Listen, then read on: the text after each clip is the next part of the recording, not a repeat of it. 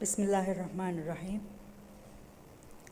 Praise be to Almighty Allah, subhanahu wa ta'ala, who enjoined upon us in the Quran, in Surah An-Nahl, verse 78. And Allah has brought you forth from the wombs of your mothers while you know nothing. He gave you hearing, sight, and hearts that you might give him thanks. May the blessings of Allah be upon our Prophet, sallallahu alaihi wasallam, and his companions. Our Prophet Muhammad called upon us to seek knowledge from the cradle to the grave. First Lady, Madam Fatma Ibrahim, distinguished Principal, Mr. Toha Salim, distinguished guests, senior management, supervisors, teachers, PTA members, distinguished parents, and my beloved students. Assalamu alaikum and a very good evening to you all. It is a great pleasure for me to be present here tonight. I would like to thank the school management for giving me the chance to be part of this beautiful and important celebration. The happy faces of the kids, as well as the beaming faces of the parents and educators, make all Prize Day events very special for all involved. I am particularly happy to be part of this event because of this chance to say a few words to the young stars of tonight and to their parents and teachers. First of all, congratulations to all the winners tonight. Indeed, we are all very proud. My own wonderful daughter is sitting there, and as a mother, I have to confess that whenever any of my children receives an award or prize, I feel that I have personally won an award. I guess this is the same for all parents, mothers and fathers, and for the grandparents too. The sense of pride and accomplishment is unparalleled. Tonight is the kind of night every parent wishes for when he or she spends time guiding and motivating you, students, or asks you to put away the phone or the iPad or to stop playing games and to get back to the books. We do this because we want the best in life for our children. We want their success and happiness. The glory of the awards you have won tonight, students, lies in your own hard work, as well as the efforts and guidance by your parents and the diligence of your educators, but mostly in your very own efforts and dedication.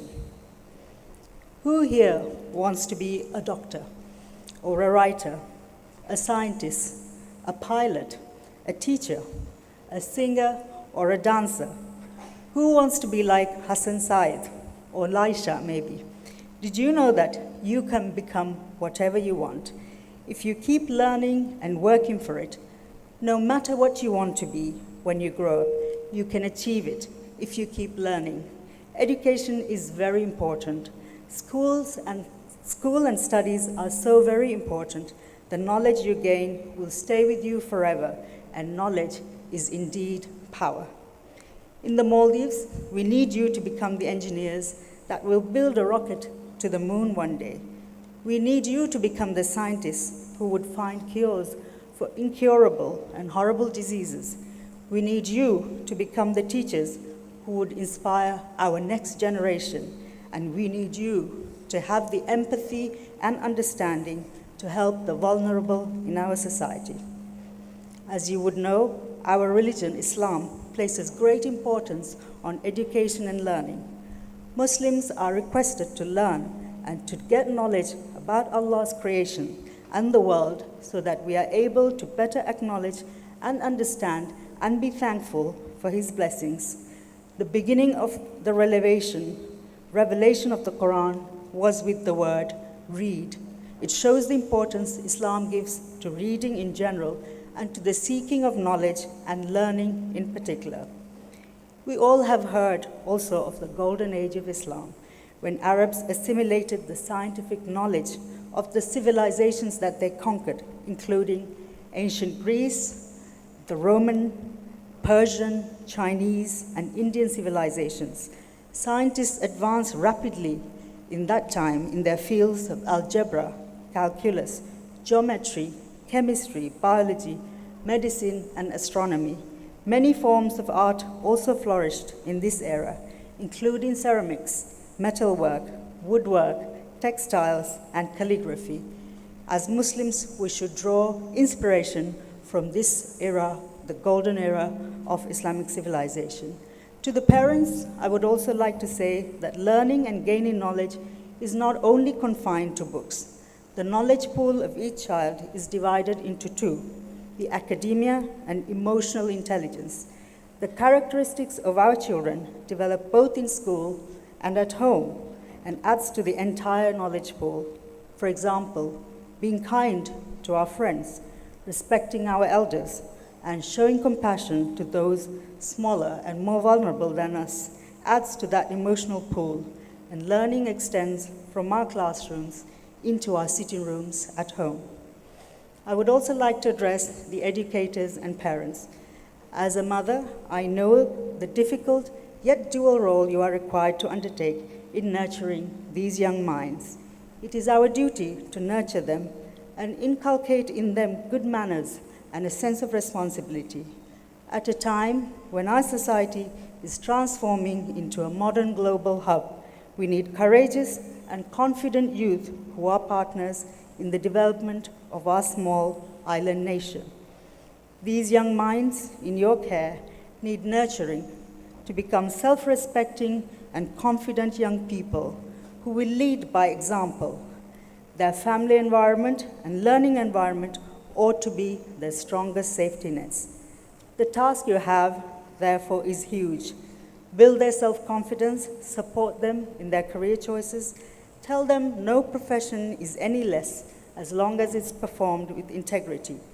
Mold their self-esteem and teach them to respect all and encourage them to reach for the stars.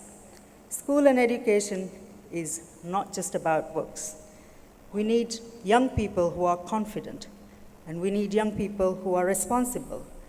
We need young people who have empathy and command respect, and most importantly, we need young minds who are leaders.